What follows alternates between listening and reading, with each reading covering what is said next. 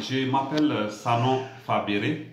Je suis le président de l'association burkinabé pour l'inclusion des personnes albinos, une structure que nous avons créée au Burkina Faso ici en 1999. Et moi, je suis issu d'une famille de 7 enfants, dont 3 albinos. Je suis le premier donc des 3 albinos, dont j'ai 2 petites sœurs albinos.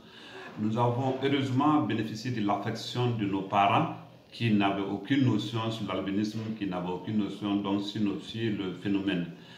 Ils ont tant bien que mal essayé de nous intégrer, de nous soigner, de nous apporter toute l'affection pour qu'on puisse survivre, parce que ce n'est pas évident en Afrique de survivre quand les parents n'ont aucune notion.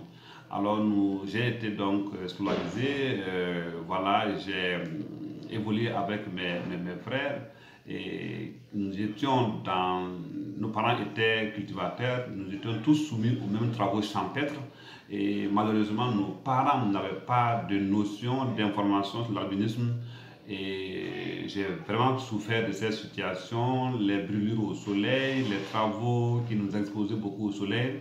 Et bon voilà, donc ceci étant, bon, nos parents aussi, avec les conseils qu'ils recevaient des uns des autres, ont essayé de nous intégrer. Et c'est de là qu'est née l'idée de créer l'association. J'ai émis donc l'idée de créer l'association en 1999 avec l'appui d'autres personnes albinos que j'ai contactées à Ouagadougou. Nous avons créé donc l'association en 1999. Elle a été reconnue en 2000 par les autorités du Burkina Faso. Alors l'association est dénommée aujourd'hui Association burkinabé pour l'inclusion des personnes albinos. Son siège est à Ouagadougou. Elle compte environ 650 personnes albinos à travers le Burkina Faso. Ce n'est pas une étude que nous avons faites en tant que telle, mais c'est des informations de bouche à oreille de par les 4 sections que nous avons créées à travers le pays. Nous avons pu dénombrer ce nombre. L'association a comme objectif d'informer et sensibiliser les populations, les décideurs, les personnes albinos elles-mêmes sur le phénomène afin de trouver des solutions qui puissent permettre à la personne albinos d'être épanouie du point de vue santé, du point de vue éducation, du point de vue emploi et en gros du point de vue inclusion dans la société. Alors l'association a 4 sections principales et nous avons également notre siège ici à Ouagadougou et les personnes albinos, nous avons comme principale difficulté le soleil qui est notre ennemi numéro 1. Donc il est fortement demandé aux personnes albinos de se protéger du soleil, de porter des vêtements manches longues, des chapeaux à large rebord et de se protéger aussi avec de la crème solaire quand il faut s'exposer au soleil.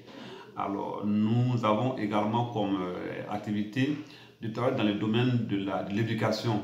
Étant donné que la vision des personnes albinos est très basse, et nous mettons un accent particulier sur l'éducation des enfants à l'école, de sorte à ne pas les exposer et à donner une éducation conséquente, apporter un appui conseil aux enfants pour mieux prendre en charge pédagogiquement les enfants albinos dans les classes.